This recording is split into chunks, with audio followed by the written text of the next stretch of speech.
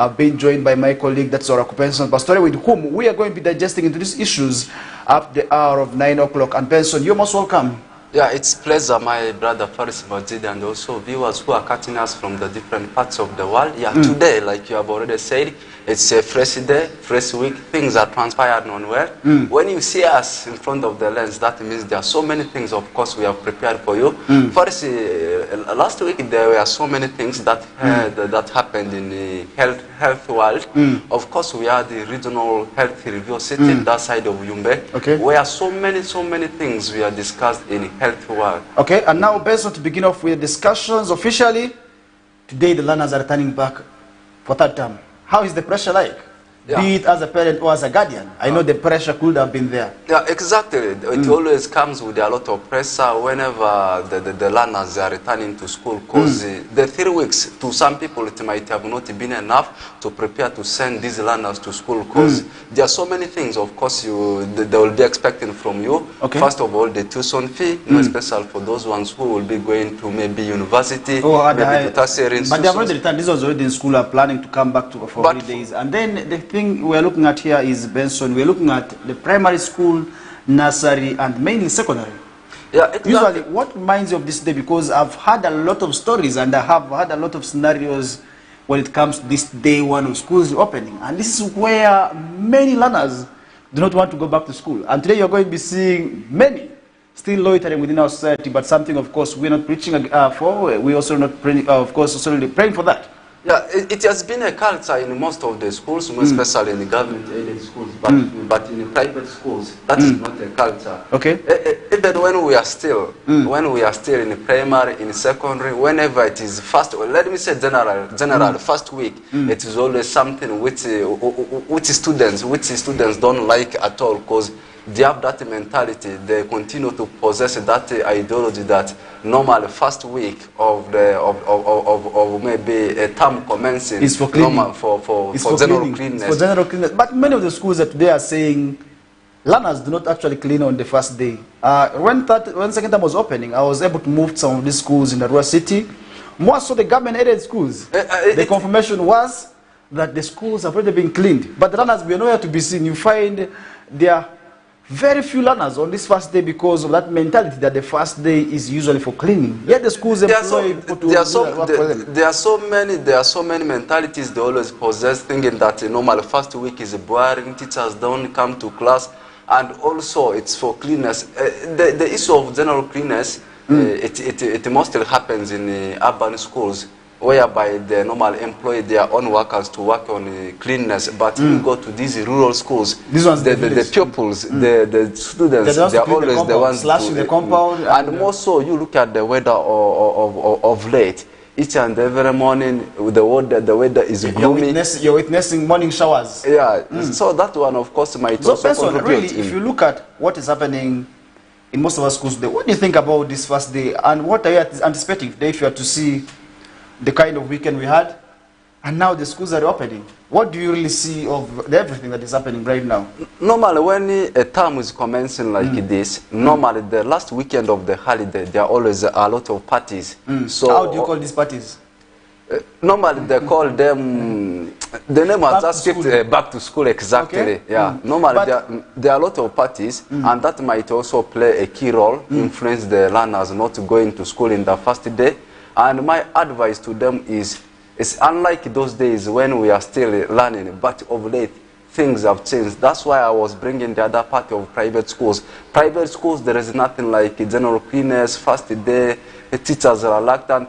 Right now, you go to some of these private schools, I can confirm to you, the classrooms, it is the business continues. But government-aided schools, right now, you may even not find a quarter of the population in some of these schools. So my advice to these learners, more especially in government-aided schools, you eliminate that ideology, you eliminate that mentality that normally first day or first week is for cleanness, is always boring, teachers don't come to class, because world is dynamic, it's rotational, unlike those days, but of late, things have changed. That's why of late, when it comes to performances at the end of every term, at the end of the year, you see that private schools, they perform more brilliantly than government-aided schools. So that goes back to government-aided primary and secondary schools, of course, with whom we are going to be witnessing them reopening for third time today. We are saying, let business resume today. We do not want to see a scenario of 1 week idleness. Benson, it is really painful that you will be moving the communities and find the learners who are supposed to be in school still loitering, still playing and doing nothing. And this goes back to the parents. Let's ensure that our learners, our children, go back to school today. Because if they're not going to be going today, because it's a term and term. Benson, this is a term where if you fail, no promotion for you, and this is where we're going to be seeing you NEB for PLE, UCE, and USE. So it means concentrating right now is what is really very much important for me, and I really feel if the learners today go back to school, for those who did not go over the weekend, because we were able to see many learners on motorcycles and on vehicles yesterday with their property going back to school, it means that schools have already reopened, and today we are going to be seeing, as you said, private schools resuming with business, but the government-aided primary and secondary schools, we are likely to witness learners not being there because the parents are not there to send. First, I still continue to say that it comes with a lot of pressure. It is the pressure is much on the parents, not on the learners. Because like in a family, you may find that there are more than three learners, and of course sometimes. I don't now accuse the parents in this one, because like when you have more than 3 learners at the home, of course you will need to send all of them. Sometimes parents, they tend to say that let's go by shift, let's send them by shift. They can say that let these ones first go, and then next week we also send the other one. So the pressure of school fees is also there. What I want to say is, like they have stayed at home for 3 weeks. Now the other question is, has the 3 weeks been enough for the parents to prepare financially? Is another angle we need to look at. Not that some of these learners, they stay home purposely. What about these schools that have been making the learners learn when they are supposed to be 40 days? Because you have seen this mostly with private schools.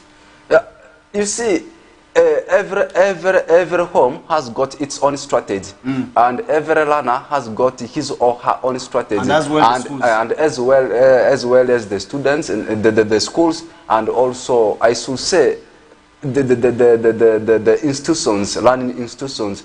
First of all, talking about the side of the learners, you know, there are some learners normally they feel bored whenever they are for holidays. I should say like that. Most of the girls. Also, this is common with the girls, because the girls feel when they're going to be coming for holidays, they're going to be overwhelmed with domestic work, and that goes back to the parents.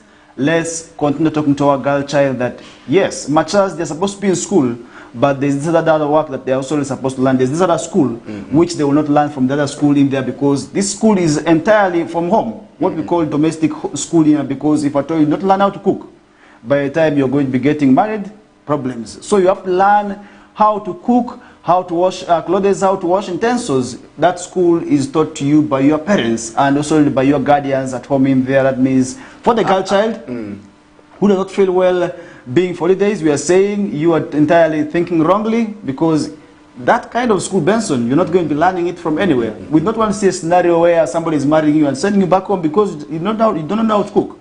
Because you've had these scenarios where people are being returned home because they cannot really take care of their homes. It is really a sad scenario, but we are saying as parents, let's ensure that our learners learn both, because in this generation, Benson, really, for you to marry an educated person, it's really going to be hard for people to accept. That means we need to ensure that our girls are educated and they get the necessary kind of education that they want, and so that also they can be able to do something for themselves. And that is where we are going to be also following up on this story today. We are going to be moving to some of the schools to see how the turnout is going to be like. But I'm expecting private schools are going to be overwhelmed, but government aided, as always, and as usual, we are not going to be seeing many numbers, or many learners also turning up for this day in there. But we are saying for those who may not turn up today, tomorrow let's ensure we utilize, because business as per the schools will resume today. They're not going to be waiting for 1 week to also start teaching. They are going to be starting teaching today, and that is how they will be continuing with the studies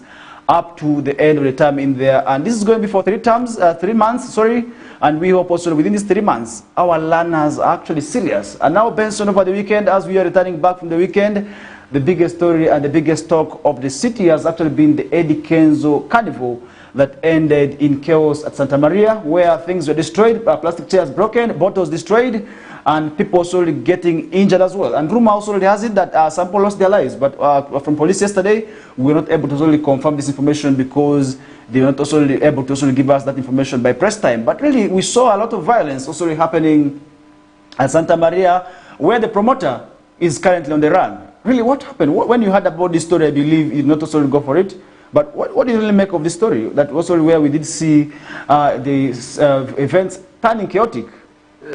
It's true. Me, I was not part of the party, but when I heard about the issue, it was a Did you expect it? I never expected it, but whenever there is a party which is involving an artist and it is happening at night, of course, such kind of sagas are there because it's not the first of its kind. We are seeing such kind of scenarios happen in West Nile. Not even West Nile, but I should say the whole of the world, they are there. But the question which might be running in the minds of the viewers right now might be, what has caused the incident? What caused the violence is, according to information we had from on ground, because by yesterday I was able to already have a meeting with some of the organizers and some of the hotel owners.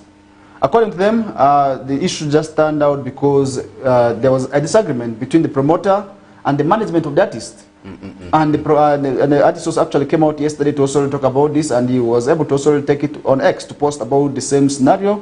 Because if you look at the issues, they had agreements, according to the agreements that was between the artist and the management plus the promoter, was that the artist would come with the things, and the promoter had to bring the artist, and they raised the money, and they had to divide the money. But in the end of the day, there was the disagreement that also was not able to also be fulfilled in there.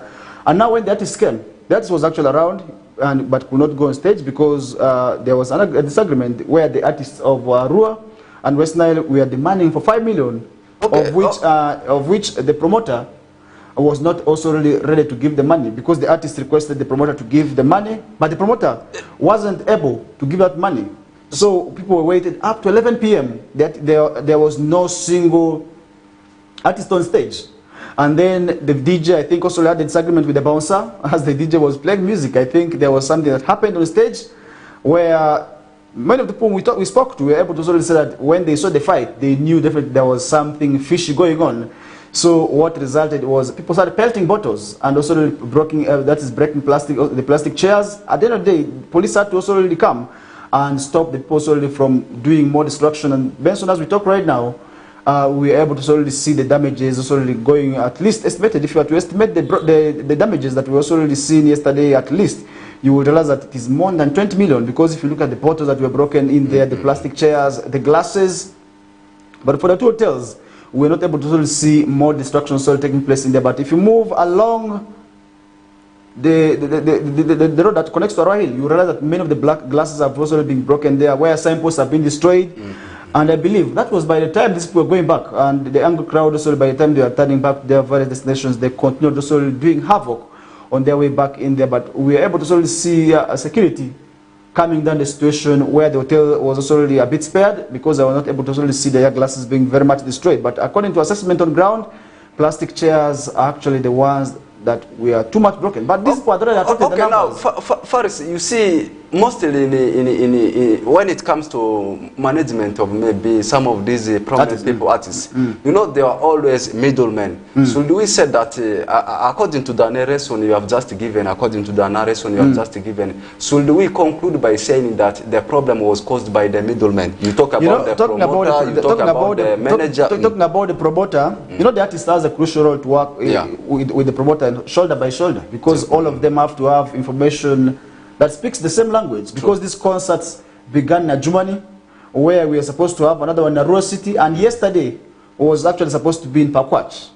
This is how the events were supposed to be going on, but yesterday we were able to only see security cancelling, that is the Pakwach concert, because of what happened in Arua City. And Eddie Kenzo came out to also apologize to the fans about what happened, and he entirely blamed this on some of the promoters. And this means professionalism in handling different activities must be considered. Exactly, that is the point. As an artist, he has to understand where the limits are supposed to remain. And as a promoter, the promoter also really as well has to understand the boundaries. Then the management also really still has to understand where he is not supposed to cross. This is where I believe things not going well, because you will hear that this person imposed this on the other one, where at the gate there was a shift where really you realize that also really the argument was not moving on well, where the artist is said to have taken the money and then he was supposed to also collect money from the gate. All these stories really you realize that also really was also really very much also really confusing, because at the end of the day we want to see who wronged. If it is the promoter, then the promoter has to come out and pay for these damages. Because by yesterday, Benson, the money we are demanding, I can assure you, is more than 200 million. You see? This is money we are demanding from the promoters, where people also say, he picked this from me, he picked this amount from me, I paid this amount, I've not recovered the money. Where we were able to sort of sit in a security meeting with some of the security officials, these are the issues that came out. And the stage by yesterday was captured by Santa Maria over their remaining balance of about 3 million. And you realize so really many people also really were involved in that. And Benson, I can assure you, one of the tales also really captured the dancers and also really part of the crew that came in here over money. But really, these are stories that really came out yesterday, because the promoter was nowhere to be seen. So the hotel had to capture these people inside, not to release them. And this is something we did see also happening in there until the promoter had to pay something small. That is when the crowd and the team, also of the musician, was then released in there, because this is something I want to say paints a wrong image of us, and that paints and also really says a lot of volumes. And this is where you will think that people of Arua are a bit violent and chaotic, but that is something which of course I want to sort of disagree, that this is entirely not people's mistake. It is the mistake of the team of the management and the management of the artists in there who caused this, because had they paid the 5 million which was being demanded by the local artists, we'll see our artists here. Because Benson, if you look at 5 million, how much money was the artist paid? Let's look at that. But our local artists here, we are only demanding for 5 million, and this was also really going to be like about 10 artists. How much money we are they going to be dividing this money? What about the MCs? Because according to information I had from ground, the bouncers already were as well not paid, but they were all able to recover their money through the gate fees, and then the MCs were left out. Because really I was able to see one of the MCs already posting something very much, I must say, very much painful, and said, and this is one of us, and this is one of us who works with us, and really I want to sort of spare her name, but really this is something she came out yesterday to also really talk about, that the promoter will not be seen in Arua again. That this is something we didn't see happening. But really, should we say the promoter should be banned from coming to Arua City again? First, what everyone knows is music is a business, and it earns for you money. And for you to get that money, you must need the middlemen. And those middlemen, they provide linkage, they provide connections in a positive way. And that is the reason as to why I am blaming the middlemen. You talk about the promoters, you talk about the manager. Because most of these organized artists, they have all those people. Now the question which is running in the minds of people right now is, who is going to be standing behind the losses? The losses. This is the biggest question that is the biggest question. For us, we still don't understand, because the follow-up is still going on. In case anytime it's revealed, we'll also be in position to reveal you. So this is something which is also nasty. But what I can say as advice to people is, whenever such kind of party is organized, you understand yourselves, you sit it down, such that things can move on amicable, rather than now things getting spoiled, and this one runs this way, this one runs this way. They start promoting, they start blaming the promoters, they start blaming the artists, they start blaming the manager. First, trust me, as I speak right now, Eddie Kenzo, the artist who was supposed to perform on that very day, our in-law, is not having a very good relationship right now with the entire population. With the in-laws. Yeah, let's call them the in-laws. The in-laws, more especially those ones in Arua City, because of the saga of what has happened. Because some people are ignorant, they will say that no, it is the, because what most of the people know is there are some people who are ignorant about these channels. So who should we blame here? Should we blame the in-laws for doing the distraction, or we blame the in-law himself? No, because people understand the motive in different ways. That is why some people, because we understand in different ways, there are some people who are blaming the artist, there are some people who are blaming the middlemen. There are some people who are blaming. So how do you think Eddie Kenzo can come out to address this problem?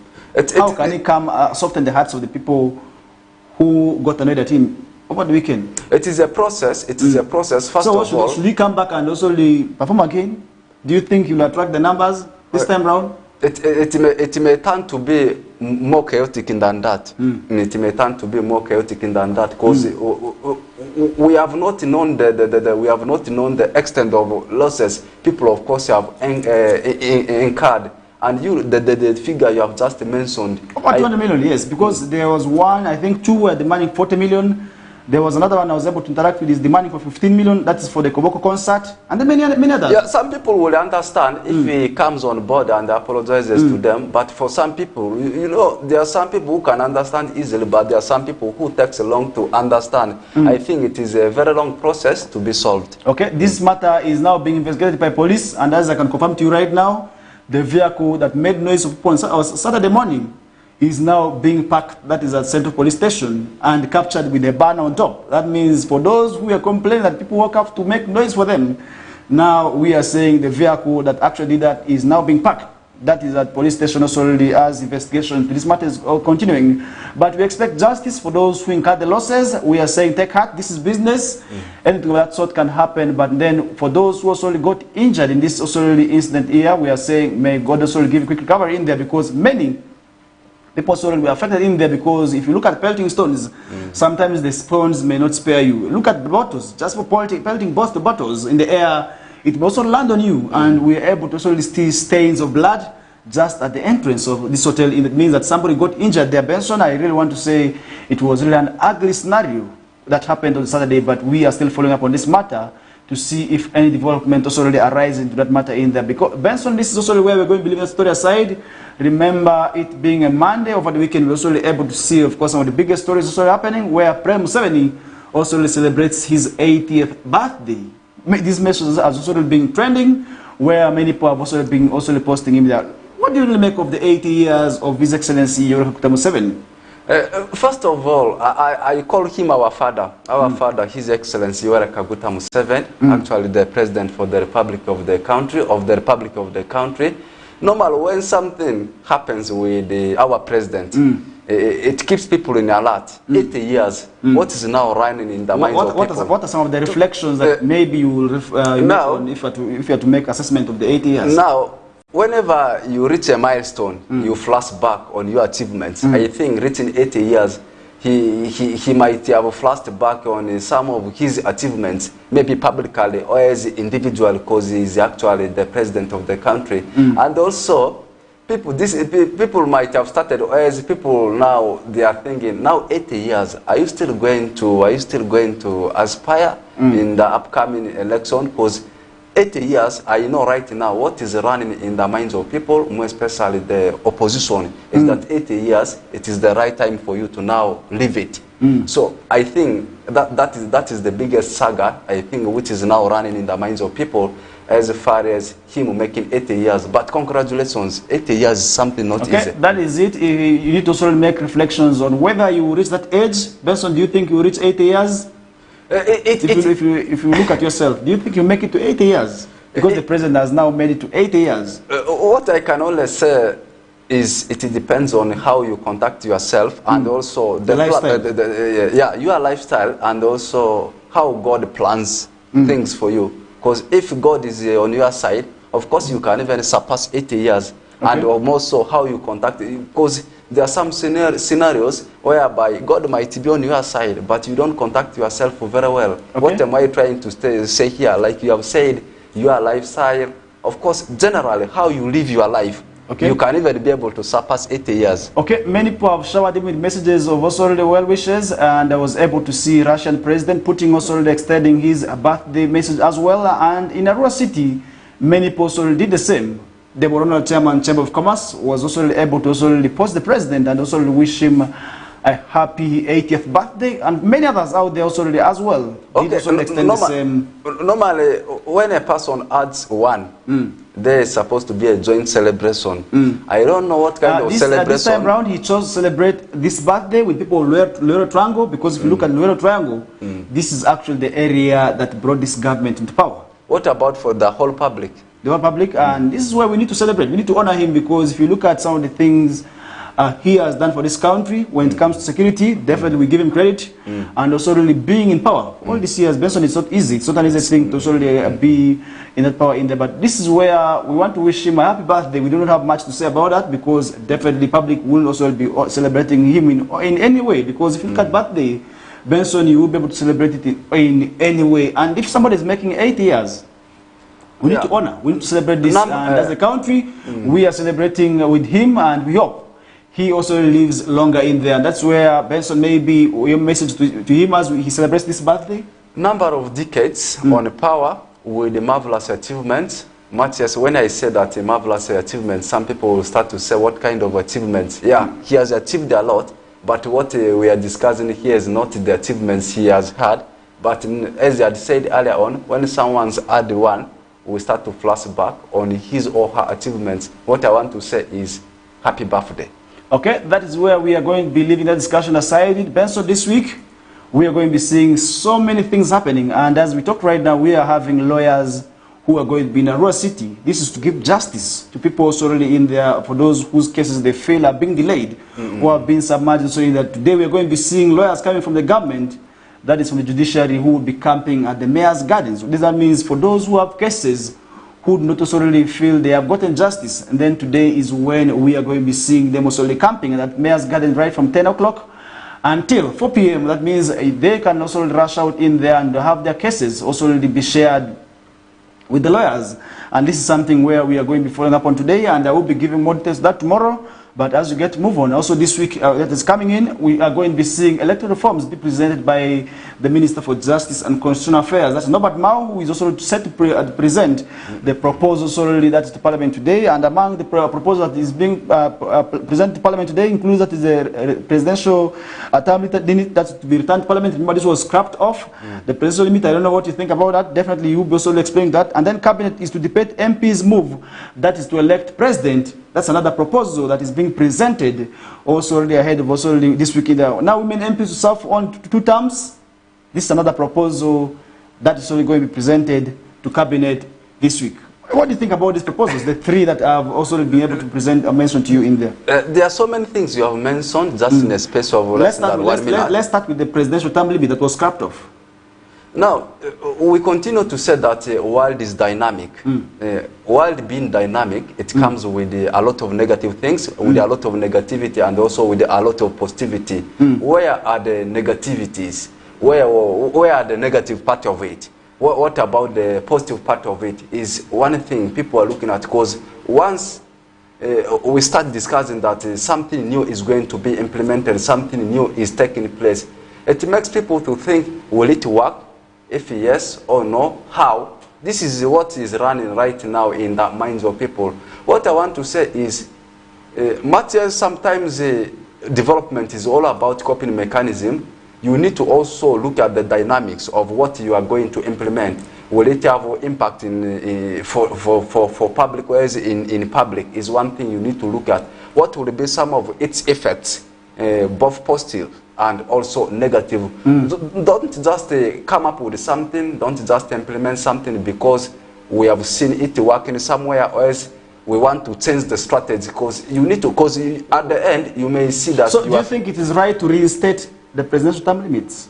Don't you think it's right for us to have term limits, let's say, where we say an MP is supposed to be in power for only this amount of terms, let's say 2 terms or 3 terms. President is supposed to serve for 2 terms, let's say 10 years or 15 years. It's enough for him, let him go and rest. We have another one. Is it good to reinstate this back? Because it was scrapped off some few years ago. I can say in some of the countries, it is there. Okay. And it is working. Is it time for Uganda to have this? It is working in some of the countries. So is it, in other words, is it right for us to have this? Are they prepared for it? This is the question now. Are the leaders willing to leave power? Then among the proposal is that it is the members of parliament who will be able to elect the president. What do you think about that? Is the president only for the member of parliament? But these are the people who represent us. They are our representatives, yes. But this is our country. Okay. So, what do you think about that? Is it a good move? To me, in your opinion. To me, I'll say it's not a good move because people, they have different perceptions when it comes to elections, and we never know. This might be the time where things might be getting spoiled. Okay. First of all, how many MPs are we having there? And with this, do the people have trust in the parliament? These are the questions that we need to ask. And people can go with their own interest. So something to be done with the election. I think government, to me, government is trying to violate some of the traditional ways of doing things. Okay. And this one obviously will not only affect our country. First of all, you look at our neighboring countries, you look at the entire world.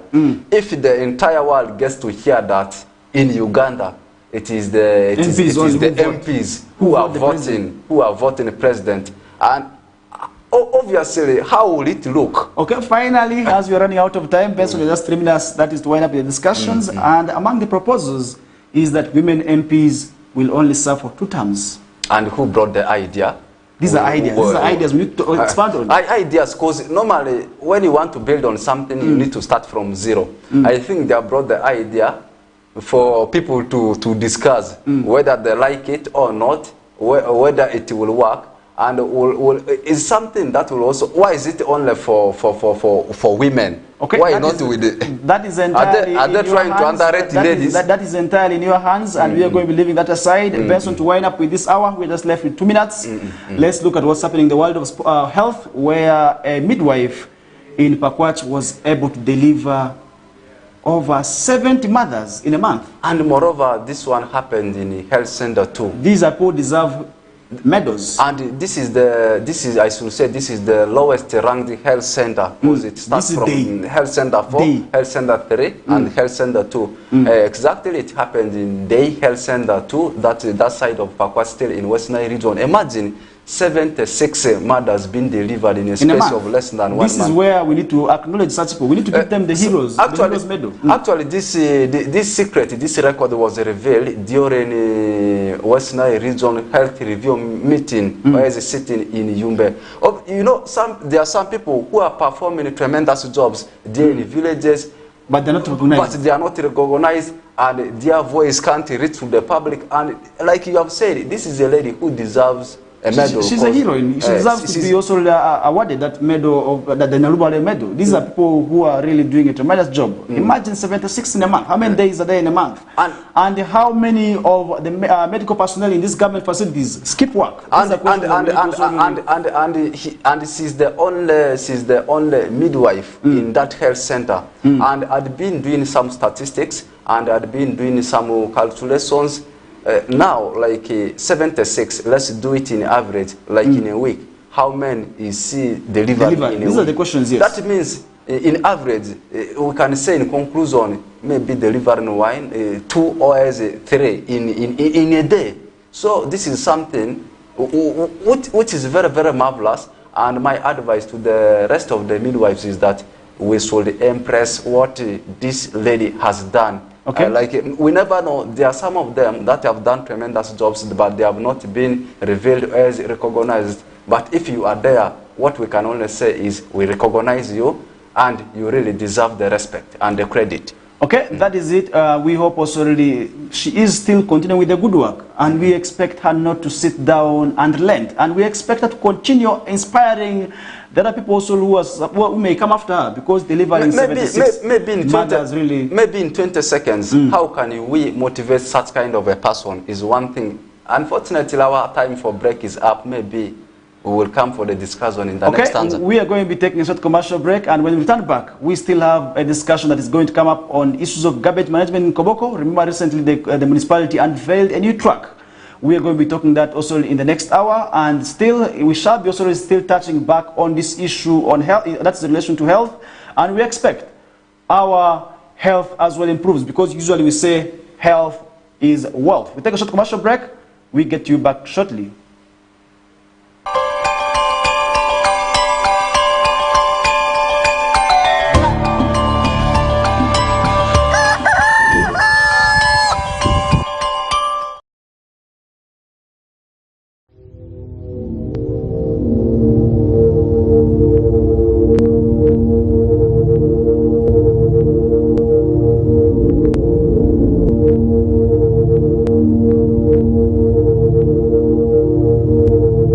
West Nile TV, lighting up the region.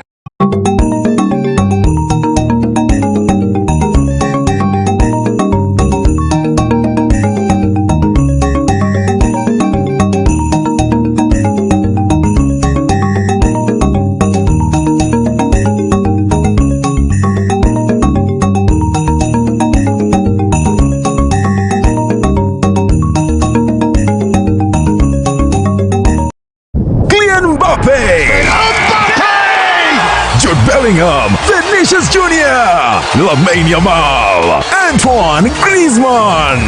La Liga comes to Star Times. A wild celebration! The big stars, the tiki-taka football, Real Madrid and Barcelona live in your living room. Real Madrid, a team of dreams!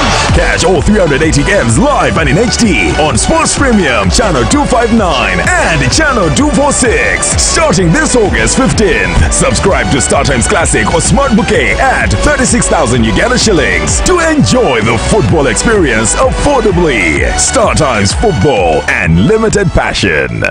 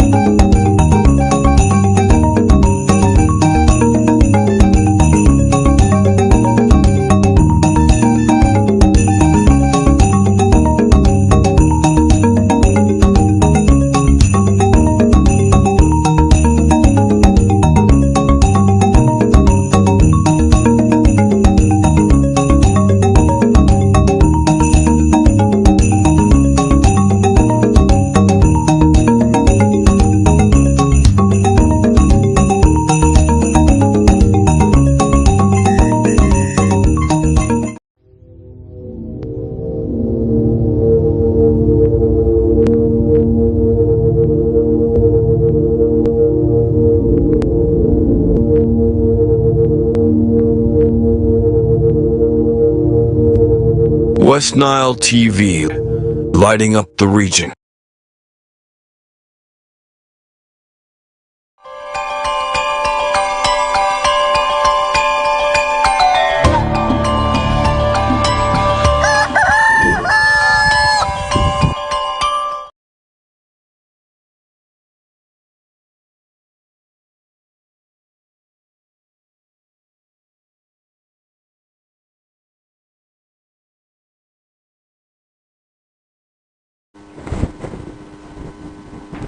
All right, welcome back from the short commercial break. We are 5 minutes after 8 o'clock and today is Monday the 16th of the month of September. And with me this morning is Honorable Sanya Wilson, Mayor, Koboko Municipality. And Koboko Municipality, by the way, has been a source of inspiration to many of the local governments in West Nile sub-region when it comes to issues of garbage management. And recently, they did unveil a new truck. And I hope this is going to be addressing the challenge of garbage in a municipality that has a number of population of both the refugees and host community members. And with this new truck, we hope definitely something is going to be also really addressed in there. And without wasting any time, allow me welcome the mayor to say a welcome and we delve direct into discussions. You're most welcome to West Nile TV. Thank you very much. And I know it's your very first time, maybe after a while. Yeah, very nice, but very impressive. Okay. I'm very happy. Yes, and this is where we now need to see how this vehicle is going to be helping Koboko Municipality when it comes to issues of garbage management, and how has that been a challenge to you as a municipality? Thank you. Thank you very much. Thank you for having me, for also welcoming me here. It's my first time, but I'm very impressed. Now, my full names, Sanya Kakfixer Wilson. Okay. Those are my real names. If you go to any of the cemeteries, you will find that name, that is me. Now I am the first direct elected mayor of Koboko Municipal, I'm also the president of the Urban Authorities Association of Uganda. Okay. I head all the mayors in this country. I've been the president for the last 10 years. So basically, I'm left with 2 years to wind up. So as I appear in this talk show, my articulation is going to be more of, it's going to be having a national character. I want to see how I can use Koboko's experience to be able to influence the whole country. And to avoid disaster like what happened in Kitezi. Well, I've had also a talk show in Kampala about Kitezi. I'll also give those hints. So Koboko Municipal is just 7 years when we became a municipality in 2016. But we've been for a long time being a town council. And Koboko, I have had a lot of influence on Koboko Municipality because I've personally worked for 8 years as a town clerk of Koboko Town Council. Basically, I started my career from Arua here. I was a sub-county chief here in Kijomo sub-county when Arua was still, Koboko was under Arua. Okay. And then I went to Nyadi sub-county as a sub-county chief there. I went to Lobule sub-county under Koboko now. And then I came to Koboko Town Council. Okay. And I ended up my career as in civil service by being assistant chief administrative officer, ECAO. Okay. But something inspired me. I decided to walk away from public service. I wanted to go into influence. Okay. I realized what makes me happy is not to be a civil servant. What makes me happy is to be a politician. Okay. So I decided to walk out. It was a very strange thing. Many of my friends said, no, I want to do something that makes me happy. So I moved into politics in 2016 after a series of other courses that I did, my master's when I came back. So I became the first directly elected mayor of Koboko Municipal. Koboko has never had any mayor yet until maybe 2026. Okay. If people still give me the mandate or not, we'll decide. Okay. So when I became Koboko mayor, I realized we have drugs that drugs are brought for us from National Drug Authority, but it will go off in 1 week. Garbage is very high, schools are congested, health centers are congested. I started looking for the answer. I said, but what is going on? But I realized we had refugees who had moved away from the camps. They've started come to stay us in the town. The urban refugees? Urban refugees. But they were not counted. Okay. I would put pressure on the OPM. Whenever we go for meeting of UNHCR, I would raise this issue, but nobody was listening. Also, the Prime Minister was saying, refugees are in the camps. I said, no, we have urban refugees. It became the talk, and even whenever we appear, when I put up my hand, the moderator will say, no, I know the mayor of Koboko wants to talk about refugees. Okay. But eventually what I did was this, and the turning point was this. The turning point was I started thinking outside the box. So I started looking for ways of having direct funding. The first opportunity came when I traveled to the Netherlands as a keynote speaker, and I spoke before European Union delegation was there. We had the Save the Children, UNICEF, UNHCR, and we spoke a lot. So they asked me one thing, Mayor, what do you want? I told them, send for me a team to come and do for me a survey on urban refugees in Koboko Municipal. Okay. As a mayor, I wanted to know the statistics. How many are they? How many? How are they implicated on our services? So Koboko's maybe population stands at what number? Maybe as found out. Right now, during the day, that's for the refugees. Now we are 28,000. Okay. We are 28,193. That is those who sleep. Quite overwhelming. Yeah, but during the day the number is big. You know, people come to trade and go back, but they still leave garbage. Okay. And even during the day, Koboko Municipal, those nationals, we are over 150, 120, between 150. Okay. But during the day, during the night, those who sleep are around 90,000 people. So it's quite a huge number. So I go to the Netherlands, came back, they sent for me a team, we did a survey, and they gave me the statistics. And I want to attest that this data today was launched by the then Minister for West Nile, for Northern Uganda, one of Grace Guchin. Okay, our director. Your director, he's a director, right? Yes. She launched that program, and I took all these documents all over in all the embassies in this country. The only embassy that came was the European Union. They came to our rescue and gave us some support. Okay. So the message here is that we, the mayors, we can use statistics to be able to understand our municipalities, but we can use statistics to lobby. So I used that statistics to be able to lobby for a lot of money. The first time EU gave us 3,800,000 euros. That's over 15 billion shillings. But of the 3,800,000 euros, what went as our actual money for hardware was 2,800,000. We sat as a team. I sat with my boys and girls in the municipality. We said, now, the money is here, what do we do? So we had to come up with priorities. Among the priorities was, we said we should have a garbage truck. Okay. And this garbage truck is what we deliver. It is what came recently. Now, what is this going to address? Somebody now, asked, because we saw a lot of excitement. Oh yeah.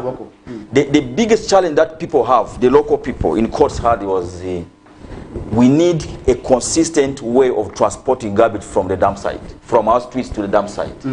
But for me, as the mayor, that's not the solution. We need a system. We need a bylaw. You see, garbage is not for the mayor. That's actually the point I was coming to. Because in most times people think when the town is dirty, it is the mayor. Yeah. That is the blame always that it goes to. But whose responsibility? Garbage is not for Mayor Nyakwa of Arua City. It's not for Muzaid. It's not for Marlon. Okay. It's not for Mayor Sanya. Garbage is for us. We generate this garbage. You see, my friend, if people don't love Arua City, the city will be dirty. The problem is we don't love our cities. If people love Koboko Municipal, they will dump it where the mayor has put the dustbin. But because people don't care, it's not my town, it's for the mayor, they dump all over. And then they come and blame the mayor. I'm just one. I don't generate garbage all over. So I am appealing, first thing is, we as leaders need to tell people they need to love their towns. If you love Koboko Municipal, if you love Nebi Municipal, if you love Luero or another city, you will always want to do it right. Okay. Now, it comes to the essence of patriotism. Are we really patriotic about our towns? Okay. Now, patriotism is not about our country. Patriotism has to begin with your family. Do you love your home? Do you dump very well? Do you have a dustbin? And then from there, it comes to your town. Do you dump in a way that you show love? You see, showing love to your town is if you can keep it clean. Okay. But people have a thinking that because you have voted Mayor Sanya, and therefore I can dump, his role is to collect garbage. But then my role is not to collect garbage. I don't know whether you know that. That is quite true. It's but not. Somebody out there may not be knowing this. Yeah. Because most times we see that we heard the noise. I want to give an example with what's happening in Arua City here. Whenever there's garbage, people are always pinned fast at the mayors. It's wrong. So what does that call for? It calls for people are not understanding the roles of the mayor. But that aside, that's for another day. But for now, let people of Arua City. By the way, let me tell you, Arua City is my original city. Yes. I have interest as the mayor of Koboko and Arua City. It's my city. I am not going to go to Gulu. I'm not going to Lira. My city is Arua City. The regional city. Yeah. The mighty one of So Mayor Marlon, Mayor Kemis Muzaid, Mayor Nyakwa Sam, these are our mayors. So whatever happened in Arua City, I have interest. And I have a right to ask what is going on here. So the point is this. The people in Arua City, they need to know that it's our collective responsibility to have the garbage collected and dumped in the right place. The role of the mayor and the council is to make sure they prioritize garbage. Is to make sure that the lorry is always available, laborers are paid, and then we have other ways of how we can put the garbage in the right place. That's our role. But dumping should be our responsibility. Okay. So for us in Koboko now, let me go specific. Now for Koboko, we have a bylaw that we have put. And this bylaw is now at the level of legal wording, Law Development Center. Okay. They have to put the legal so that we can give it to the magistrate one, so that he can be able to use for prosecuting. Two, we have a garbage management policy. We have 13 acres of landfill. We have a brand new truck which we bought at 498,000, 98 million. From the taxpayers' money? No. European Union funded. Okay. It's a direct funding. Okay. So we bought that truck from Italy. It's a factory made, designed for Koboko. It's now there. But I'm telling people in Koboko, don't be excited. First of all, now the lorry is here. Love Koboko. Dump in the right place so it can be able to collect this garbage and keep our town very clean. Okay. Somebody will ask, how sustainable is this truck going to be there? Because most times we see when the things are in the initial stages, they're quite well. Yeah. What are your sustainability plans of making sure this garbage lives the test of time? Garbage or the truck? The truck, when it comes to garbage management, because the truck is directly going to be dealing with the issue of garbage. Right. Because most times you have had stories that the garbage was not able to be moved from where they were being collected because the truck had a breakdown. Right. The truck had this. The truck was involved in that. So how sustainable is Koboko Municipality going to ensure that this truck delivers the test of time? Now, sustainability for us is determined by priority. Garbage has become our priority now. garbage management is among the key priorities that we have. Government priority is opening roads, sending money for schools and health, but we're adding garbage. Okay. So as a municipality, garbage is top on our list. So we're going to put a lot of money for maintenance of this truck, enough money for fuel, enough money for the laborers. So the sustainability is resource-based. Okay. For us, we know what our problem is. You see, once you understand your problem, you always allocate the resources. Okay. So we know now, garbage management, for us to keep this town clean, it must be a priority. And I think I'm also appealing to government. The government, the parliament, they need to prioritize garbage. The urban authorities have a challenge of garbage. Okay. If you move in this country, the moment you see garbage, as you approach a town, the next one is a town. Okay. There is nothing like welcome to Arua City or welcome to Luero. You see garbage. Okay. So once you see garbage, just know the next is a town. Okay. That is the how you define our town. So we are saying the top priority for me as Koboko, as the mayor of Koboko Municipal, is I put a lot of money, and I can say within my budget, the budget we have for fuel for Koboko Municipal is 200 million. Is it enough? It's enough. We used to run under 120. Okay. But 120 was including the service. But now we have this efficient vehicle that we are going to make sure that it will be okay. And then the older truck, I'm going to overhaul it. By the way, Koboko has 3 trucks. Okay. We have 2 old ones, and I want to thank the district of Koboko district. They decided to board off one of the trucks to us. So we have a truck that we bought from Koboko district. We are going to fix it. We have another truck which we had. We have tractors. We have also introduced tricycles. We use tricycles to go and pick garbage from people's homes. Okay. We want people to begin to own garbage. Don't bring the garbage to the dump site. Keep it in your home. We are coming to pick. But to give us free or at a cost? 2,000. Okay. Just to encourage for ownership. So I'm now moving to change the minds of people that this garbage belongs to you. You segregate it. So I have 3 tricycles. There's red, green, and blue. So people throw a Cavera in one side, bottles, and then the organic. This is what we've been doing, but I think it's making progress. We now want to increase the tricycles from 5 to 10, so that they can run together like that. So the dream is this: we want people not to bring garbage on the streets. They keep in their homes. We come and open. Secondly, we've been using that one as a bait for opening roads. So now, if you want us to come and pick, let's open the road. Okay. That's why if you go to Koboko, our road network is actually one of the best in the region. Okay. Yeah. That goes back to the experience. And then somebody would ask, from your experience, you mentioned a lot of also experience when it comes to governance in there. And then somebody would ask, in your own view, what do you think government didn't do in Chitezi, and the end result is what we saw, the tragedy that also claimed lives in there? What do you think really didn't happen? Okay, what did not happen was we did not take note of the early warnings. There was an early warning sign from the research point of view. There was an early warning that this thing is going to be a disaster. I think at management level we didn't take it serious. But above all, the early warning sign for me is an effect. We need to go for the cause. The cause is, did you ever expect that a city like Kampala City Authority would not have trucks to carry this? I was on point. I said, this country needs a garbage management policy. Just like the Local Government Act. The Public Health Act does not now address the current challenge of garbage that we have in this country. If we amend in the Local Government Act, we therefore need to amend the Public Health Act to bring in the new challenges. But above all, to personalize the policy, we need a system that must be uniform. Otherwise, these 10 cities, even 15 now plus now, the rest have come. If we don't do something right now, we are going to have 15 cases of Chitezi in this country. Okay. We need to plan now, but we need to plan from the point of a policy. Okay. I have a belief, really, buying trucks for cities is not a solution for me. Okay.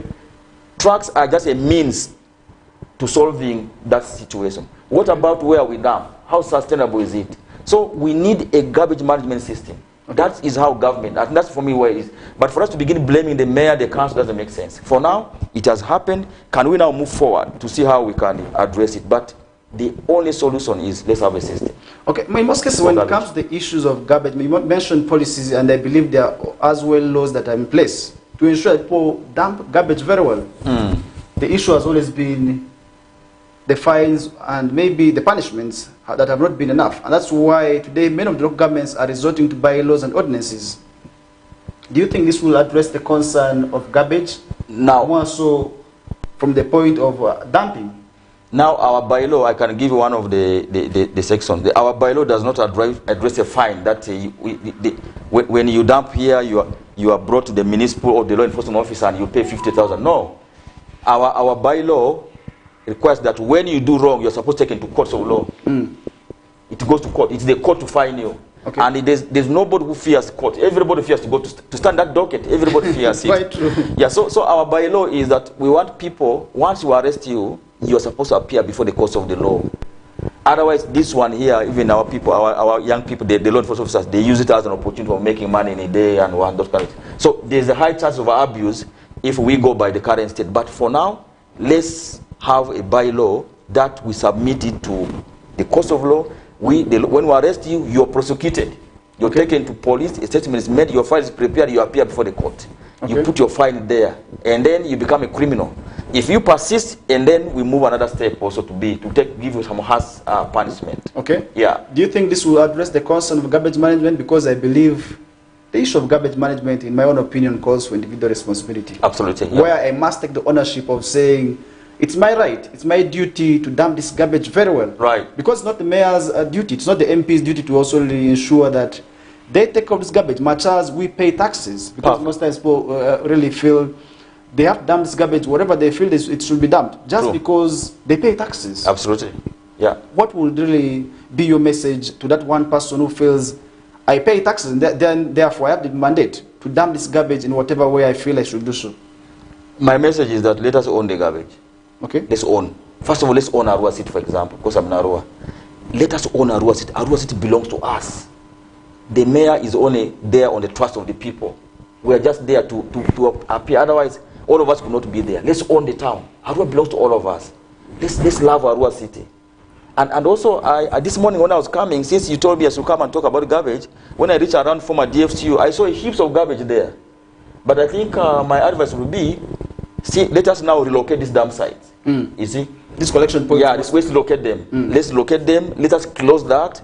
Instead, let's not even have a collection point in the middle of the town. Okay. People should keep them in their homes. We go there and pick from their homes. Okay. Yeah. Otherwise, people will always say, oh, no, let me go and dump it. And they use even mad people. Like in Koboko, they use mad people. Okay. They use children. The bodabodas? For me, I don't use bodabodas. They use kids. They use small children to dump in the night. They dump in the drainages. And then tomorrow they say, Mayor, the town is dirty. So, we want to close for Koboko. We want to close all the collection points in the Koboko Municipal. You keep your garbage at home. We will come and pick it. Okay. From your home. You throw straight in the trucks. Okay. You keep them in sacks. It's you to come and you throw. The vehicle is supposed to take. That is now the way I'm going this truck. Because I have 3 trucks, I have a tractor, I have tricycles, I have this new lorry. Okay. The only collection point I'm going to maintain is going to be in the market and in the taxi park. Okay. But these other ones where we used to have, I'm going to close them. Okay. Yeah. That is a strategy I believe it will work out for you. But right now I believe there could be a challenge that you people are still encountering when it comes to garbage management, much as we have the track in place now. What is that challenge that mainly from which I believe it could also help the other local governments to pick a lesson from when it comes to issues of garbage management, and how are you intending to address this concern? The challenge now we have as a country is the government. You see, government introduced integrated financial management system. They say, let's collect.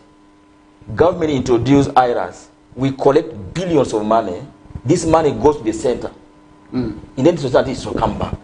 You see now, you collect money today, you want to send so that they pay. But the government takes like 1 month to clear. When we opened the financial year, the whole country had garbage. You know why? Government took long to release the money to local governments. The question we've been advocating, the Minister of Local Government, the Prime Minister, we even wrote the President of this country. Why don't we retain our local revenue?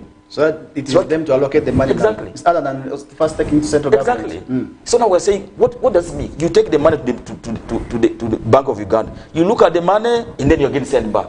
Is that system? And really, sometimes the money delays. Yeah, exactly. So that I believe also really has a challenge. Yeah.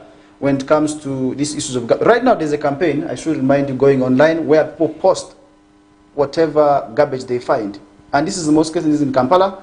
We have seen it spreading now to other towns also in the country. Even where Koboko, also Arua. post garbage. Yeah. That is now something we are seeing also a campaign moving across the country. What does that also really paint of us, Uganda, outside world? Because what you post on social media right now will be seen by someone who is in America.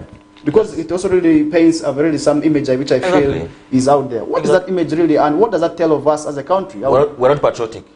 Are you sure there's no garbage in America? I was in New York the other day. They even have garbage. I was in Geneva. They have garbage. I was in Netherlands. They have garbage. Belgium. They have, even South Africa. Every town has garbage. But it is how you collect it. Okay. Now, did you see anybody, a South African, posting about garbage? It is just abuse of the social media. We need to use the social media to see how we can educate ourselves. But I see people here, they post. I see, I'm on all these forums. So my appeal is this: let's love our town. You see, you're going to post about garbage in Arua, but at the end of the day, you're developing an attitude. Somebody is going to say, I can't go to Arua, is that? Okay. And you know, for us, the mayor, one of the roles of the mayor is to make the town a happy place for people. Okay. And the other thing that makes people not happy is garbage. Who wants to come to a filthy town? Definitely, a city that we're patrolling on. Yeah, and people should know, Arua city is our regional city. From Pakwach to Adjumani, your city is Arua. We must love it. We must do everything to make sure that it attracts outsiders to come here. Everybody wants to go to Gulu. They want to go to Lira. Why can't the Cholis come here and Langos come here to West Nile and also appreciate West Nile? They love West Nile. But let's try to see a way. You join the mayor. Please, let's join the mayors. Let's join the local leaders to make sure our town's okay. Otherwise, we people of West Nile, we have an opportunity. We have not benefited from Ed Congo, from Sudan. People should not leave Arua to come and go, say they're going to Lira. People should stay. We are staying in Arua. Arua is my regional city. Okay. And I think that's the point. So I appeal to the young people who have these funds. Please, we can find a way of how we address these issues. Garbage is a reality. Okay. And garbage is being by us. Can we all put our efforts together and see how do I help the mayor? And I request we the mayors to also listen. Okay. Sometimes we mayors, when they tell us things, we want to think we know everything. No. I think we need to have a listening ear. Let's be accommodative. When they tell us advice, let's take it. Because at the end of the day, if somebody gives an advice, it becomes yours. You own it. It is use it in a way that you feel. Absolutely. Whether you take it positively or negatively is entirely yours. Exactly. Because the person has now given that information. And that's where we are just left with about 2 minutes. And in these 2 minutes to wind up for the break. And we are going to be also looking at how many tons of garbage are being generated in Koboko on daily. Because if you look at Koboko municipality, definitely it is actually an area bordering 2 countries. I should say this, DRC and South Sudan are just a very few kilometers away. Yeah. And that is where I believe each and every time we see also already and receive guests at least on daily from these 2 countries. Right. How are they also impacting when it comes to issues of garbage in the municipality? You see, Koboko, in Koboko as the mayor, I'm battling with the 3 attitudes of people. The Ugandans, the Congolese and Sudanese. And these 3 people, they have different attitude towards how garbage is dumped. That's another challenge I have as Koboko. Now in Arua, it's also the same, because we have the Sudanese community, we have the Congolese and Uganda. Now these 3 attitudes now, the Ugandan may have a different attitude of how we do it, the Sudanese and the Congolese. So this is something that we mayors need to understand. Attitudes. We have different attitudes. For some people, throwing rubbish, eating maize when you're on the border and throw it on the street is okay. I have seen people who eat mangoes while you're on the border and they eat maize and dump. So is that a Ugandan, a Congolese or Sudanese? We need to understand this. Okay. So it's a big problem for us as Koboko, as the border town. So the only thing is we need to have an inclusive approach. Let's have an inclusive approach on how we handle this garbage. Leave no one behind. Everybody must have a stake. When you get the Sudanese community, say something about garbage. Say something about patriotism. When you get the Congolese, the same, and also the Uganda. But at the end of the day, let's have an inclusive way of how we do things in our towns. And then concerning the tons, I collect 10,000 tons. Wow, that's quite a lot. A lot per day. It has gone high, and for me, that's a good news. You see, as a mayor, if something goes bad, it's a good opportunity. Way to learn. Yeah, you see, I told people, and I think I'll also be on record here, I will insist. When I see these young girls on the streets, that's a sign of development. In the 1990s, we did not have street girls in Koboko. I have street girls in Koboko. The town's developing. When I see people smoke opium, there's something. Now as a mayor now, that must be considered. CDO, why is that the number of opium smokers has increased? Can we do something? And the number had gone high. We now have a trauma and healing center. We have a mental health unit. We no longer bring our people who are married to Arua. We have a clinic in Koboko. Did you know that? Yes. Actually, even I have a referral from Koboko. They take them to Arua to Koboko. Okay. These guys who have need rehabilitation. We built a modern mental health unit. We admit you there, and people are getting better. How did I know about it? I realized there are many mad people and say, I want this, and they do it. I realized people go to hospitals, they don't feel sick. Say, okay, let's open a mental health, a trauma center. We have a trauma center to talk to people. I've ever been there. I realized I'm not feeling well. I said, no. I went there and they talked to me. I became well. Okay. So some of these things are very good opportunity for us. So where there's much garbage, it made us to justify that we need to buy a truck. 480 million can build for us how many classroom blocks? But we say, people, you know what? The strategy is based on statistics. Yeah, based on what has happened. So for me as the mayor, given the background I had as a civil servant, I am very scientific. I want statistics. I don't make decisions without statistics. I want to know the implication of what has happened. Okay. So that's basically how we do things in Koboko, and the garbage is a reality. It's going to go high, but let's have a system. Okay. And I want to be among the first. I want Koboko to be among the first municipalities in this country that has a garbage management system, that has a bylaw. So whoever goes to Koboko will begin to feel like Rwanda. You see now Ugandans go to Rwanda, one thing that comes to mind, don't dump. Okay, I was actually coming to that, but then that discussion will be coming in our last half of discussions. Right. And this is the KOKOLIRIKO live show on West Nile TV channel 477 on StarTimes and on 0073 on Zuku and across all the social media platforms where you must be watching us right now. You can still drop your comments and also the questions. That is Honorable Sanya Wilson, that Mayor Koboko Municipality. He will be also really explaining and also really answering to those questions in there. But for now, we are going to be taking a short commercial break. My name is Farish Majid. Don't go anywhere.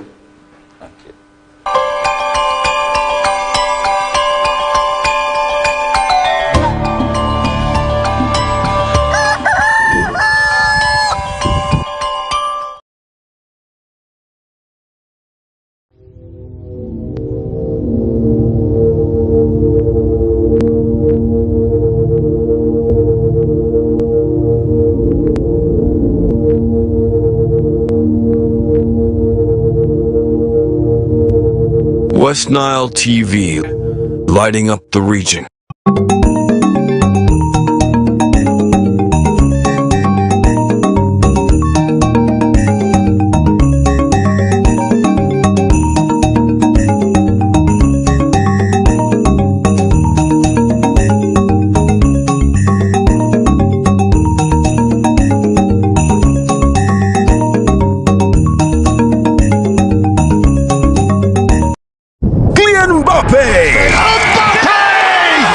Bellingham, Vinicius Jr., Lamine Yamal, Antoine Griezmann. La Liga comes to StarTimes. A wild celebration! The big stars, the tiki-taka football, Real Madrid and Barcelona live in your living room. Real Madrid, a team of dreams! Catch all 380 games live and in HD on Sports Premium Channel 259 and Channel 246 starting this August 15th. Subscribe to StarTimes Classic or Smart Bouquet at 36,000 Uganda shillings to enjoy the football experience affordably. StarTimes Football and limited passion.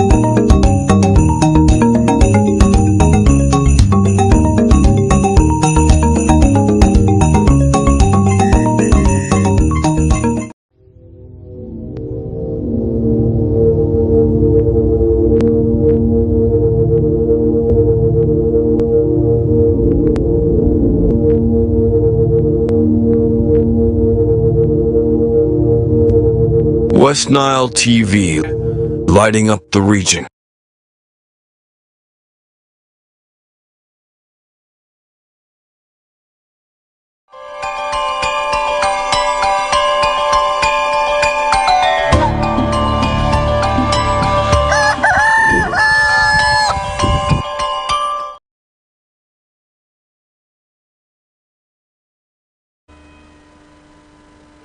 All right, welcome back from the short commercial break. We are into the last half of today's discussions, and I'm still with Honorable Sanya Wilson, Mayor KOKOLIRIKO Municipality. And earlier on, he was talking about how Arua City and the rest of the municipalities and those other local governments in West Nile sub-region can actually reach out at the same level like Fort Poto, like Gulu and Lira.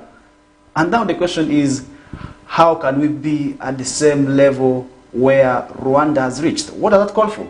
Because when you talk about Rwanda today, our mindset, first of all, goes to the fact that it is the cleanest city. Yeah. It should be in Africa now, because many people are talking about Rwanda and how they have transitioned to the level where they have reached. What does that call for? Everything happens. Because I believe there's nobody who wants to be in a dirty city, much course. as we are the ones contributing to the dirtiness in the cities. Yeah, I told you, I said the role of the mayor in cities is to make the city a happy place for us. And the only way to make it is very clean. If there's trade order, you know, you can jog in the morning. Can you jog in Arua here? Yes, at least you can jog now because of security. At least now you can see security. But what about, is there a lane designed for jogging? By stepping on maybe other things. Yeah, but you jog not the right way. You jog without a care, but that's okay. Now, everything happens with politics. That one should be caught from me. You need politics for everything. And in this case, I define politics as influence. Positive influence. Positive influence towards a specific emerging issues. Now, Rwanda, what is happening in Rwanda is leadership that has prioritized cleanness, leadership that has prioritized hygiene, leadership that has prioritized trade order. And Rwanda, what does Rwanda have? Rwanda is just trading on tourism. For you to be like Rwanda, the only way for you to do that is by being clean. All the Europeans want to be in Rwanda because it's clean. It's like Europe. If you go to Rwanda, even if you want to throw something, you will not throw because it's very clean. So for me, it's about leadership.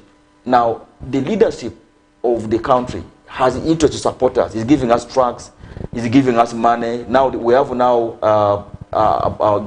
fiscal planning fund that government has given us now.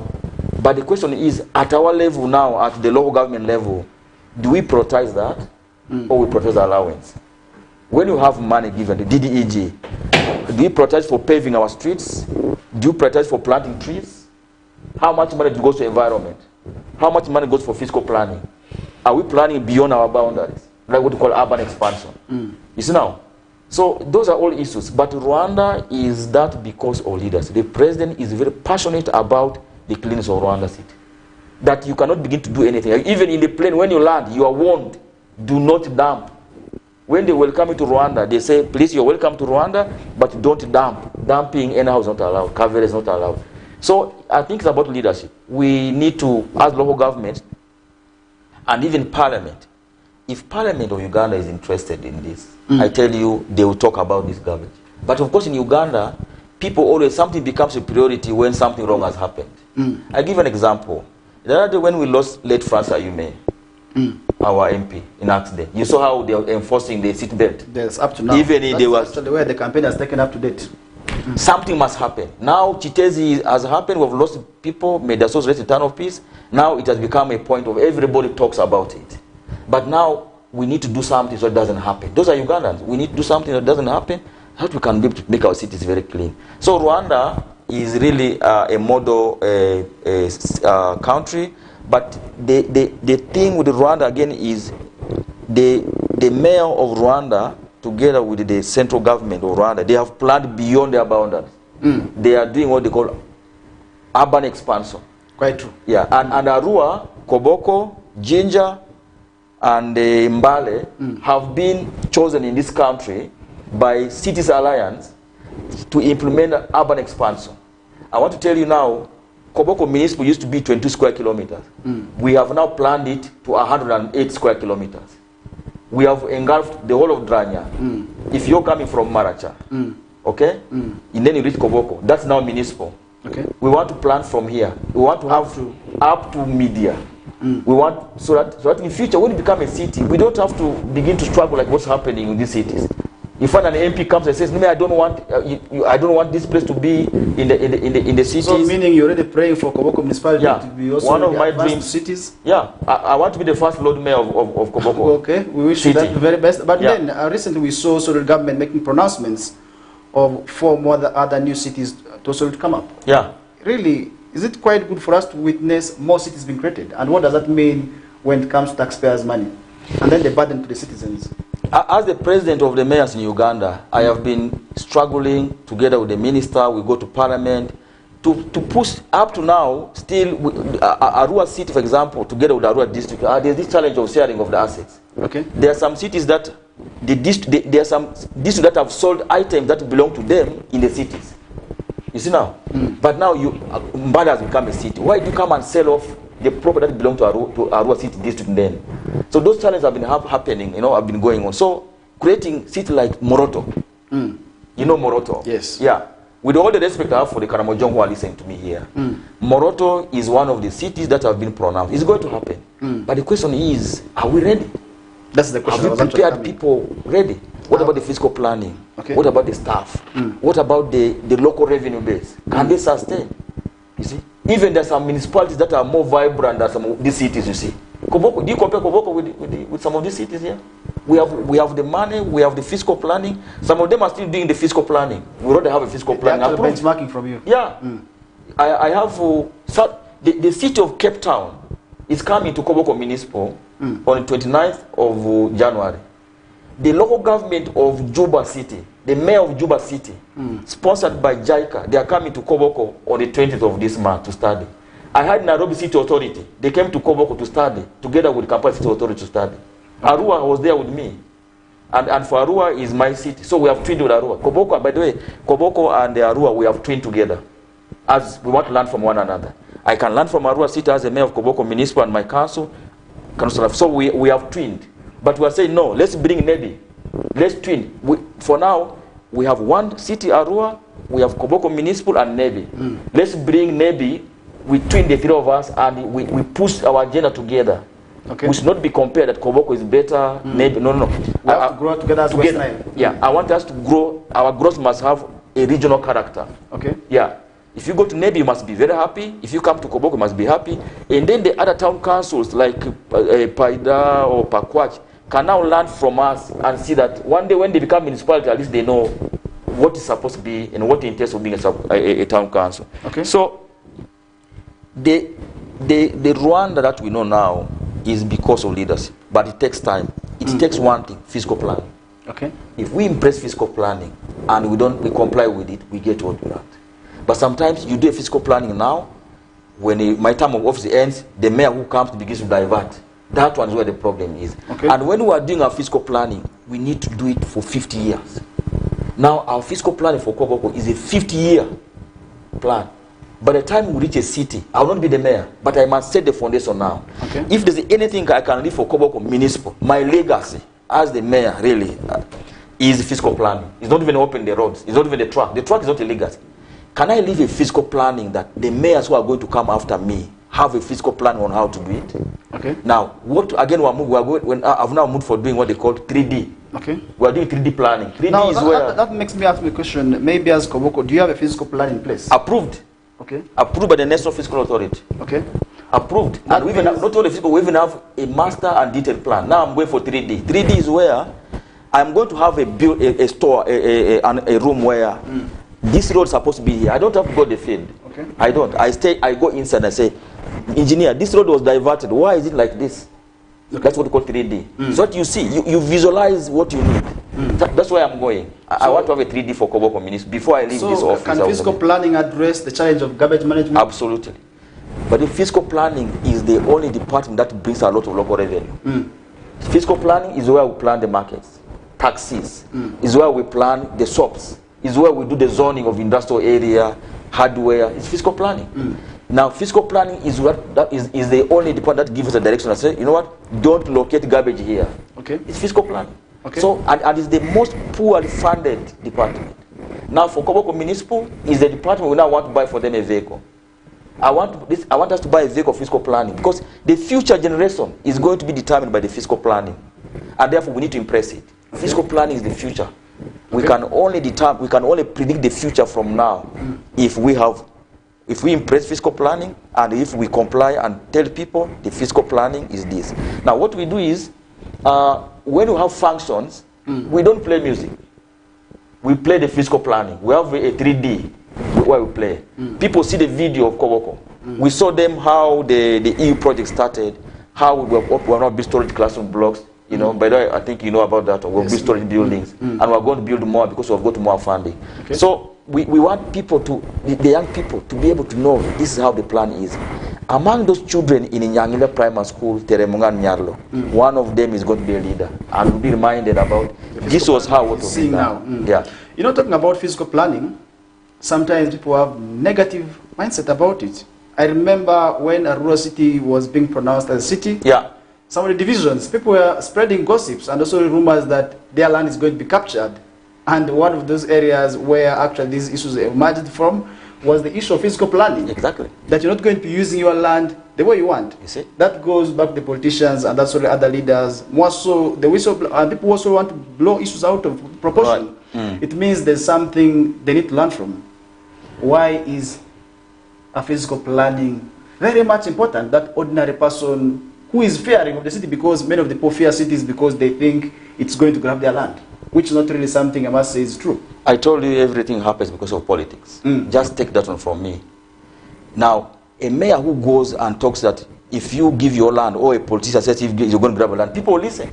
You know, people trust us. We have a big following. So, somebody goes and says they are going to grab your land. Actually, the town, it is only the town that people don't sell land. People sell plots. Fiscal planning gives landlords an opportunity to sell plots instead of selling land. People sell land in the villages. In the town, we sell plots because we are going to open the road. We are going to make sure we break for you. And when we open the road, the value of the land goes high. When the power comes, you can now say, you know what? Road is here, power is here. Your negotiation goes high. You see, water is here, power is here, internet is here. So people say, you see, one of the reasons we have landlords who have died out of frustration in this country, what you expect in West Nile is, they've sold all the land. Okay. Landlords in West Nile die prematurely because they've sold everything. Some of the domestic violence where a son has cut the son, he always coming to force the father, you sell, I want to buy a border, is because they don't embrace fiscal planning. So we are saying, let's open roads. When we open road, it has value for you. Power comes, it has value for you. Water is here. And then instead of you selling land, you sell 15 by 30, 15 by 30. But in other areas, you say, okay, this land is 10 million cities. You have sold 5 plots. You see? Which is really a challenge. So I appeal to our local government, our leaders, our politicians, my colleague politicians. Let's tell the people, actually, when you open a road, it is adding value to your land. It's not going to shorten your land. No. Most times people think it is going to make their land It increases the land. You know, a few days ago, rural cities undertaking what we call rehabilitation of these roads. And in my division, that is IV division, people were also really affected as well. And I was able to also really explain to people that much as you're complaining that your land has been encroached on, because they are saying during the opening of these roads, they have entered their land. I told them it is actually good, because road brings value. Because once this road is opened, many people are going to be coming to your area. Exactly. If you build rentals here, the cost is not going to be the same as today. It means there's a message that should be given to that ordinary woman who does not understand why physical planning is actually important. And you see, now we have decentralized the fiscal planning of Kobok to the LC1. The LC1 of the area must have the fiscal plan of his village in Koboko. So that they don't sell twice. You know, LC1s, they understand the arguments. So the LC1 of my village, where I come from Anjejin village in Nyangilia ward. He has the fiscal plan of that village. How many roads, how many plots, you know, so that the ones that he has sold, he ticks that. Now, the plot where I am, mine has been ticked. So that he doesn't sell my plot again to somebody. And where the place is open, it must have, the LC1 knows. So the LC1, since he knows, you get organized. Then when they open the road, the LC1 will be the first to say, you people know what, this is the plan going. But if you come as the mayor, said the road must go here. The local LC1 say, me, I don't know about this. They say, no, it's the mayor. If our chairman does not know, mayor, who are you? So I think that's why I say we need to have an inclusive approach of how we manage these cities. Let everybody's role feed the bigger picture. Let's get our roles to feed. And nobody is useless in a town. Everybody is important. Even that woman who's selling anyo on the streets, he or she is feeding a child, is paying a fees, that is going to generate some. My mother used to sell grass. And today I'm the mayor here. I don't want any of my children to sell grass. But it's all grass. Yes. Now these street vendors here, I don't chase them. I have street vendors in Koboko Municipal. We will start talk about that later. But I've told people, why are you sending them away? We find a way of how to locate them. They are the ones who are collecting exactly. the bottles. So you send them to another location. But I want to thank Arua City, the mayor and the authorities here. Market was built for people, they want to be on the street because of politics. You know what I'm talking about. But I was saying, take them back. Don't send them in this array. So that aside, fiscal planning for me is the future of this country. Okay. My mother comes from Ivu City. You know, my mother is from Pajulu here. I grew up here. I studied here. We need to open roads. It adds value to our people, to our landlords. Instead of selling plots now, it's land, you sell plots. Let's make our people to also gain from the land. But when a politician goes, he's talking about issues that are not relevant. I think the most important talking point for cities should be not even these issues of cheap politics. Okay. We need to talk about the reality. Okay. It is better for you to be voted again when you've told them the truth. It's even better to fail because you've told them the truth. Sometimes the people do not want to hear the reality. They prefer sweet lies. Yeah. Because you have seen people who have been thrown out just because they are trying to do good things. I agree. And that's why I do not want to go into that discussion. Yeah. Now, recently we have one engagement, and this was also on environment. Right. Garbage management has a connection to the environment. The environment. I agree. What is that? And now, what is the catastrophe that awaits us if at all we not have these two worked on? You see, now the environment, first of all, planting of trees is now where the future of the children is. If you look at some of the few trees we have in the town here, is where people sit in the evening. I have even people where they've not turned those trees who have planted as a garage. You find people are repairing Bajaj motorcycle under those trees. So now, tree planting, does it also need sensitization? Now, what have we done? I like also going back to Koboko because that's where I sit. I've sat there for almost 25 years as a civil servant and as a politician. What we do is, when we are approving your fiscal your building plan, if we don't see where you're going to plant tree, we don't approve. You can have the toilets there, the fittings for your building, but if there's no provision of where you're going to plant a tree, two ornamental tree and 2 fruit trees, if we don't see it, we don't approve them, even if you're paid. We have ever thrown away a plan because it doesn't have a provision where trees are supposed to be planted. Okay. So we are saying, and that has sent a message. Now people are saying, you know what? Koboko Municipal has thrown away my plan because I didn't have a provision where I'm going to plant trees. So we're saying, let's plant trees. And we are planting trees. If you go to my Koboko now, we are putting money and environment tree planting. Okay. Whenever we have a function, people must plant trees. I told about the mayor of Juba City who's coming. She must come, she's a lady, she must come and plant trees. They cannot come to Koboko here and you go. They must plant trees. Okay. So they're going to plant trees. We had World Refugee Days, you know here. We had it here. Yes. We encourage them to plant trees. Next year, the World Refugee Day is going to go to Koboko Municipal. We are going to plant trees. So tree planting is how you are very passionate about the future. Okay. If we don't do now, in 30 years from now, our cities are going to be very hot. Our cities are going to be so reflective. It's the reason, people are blind.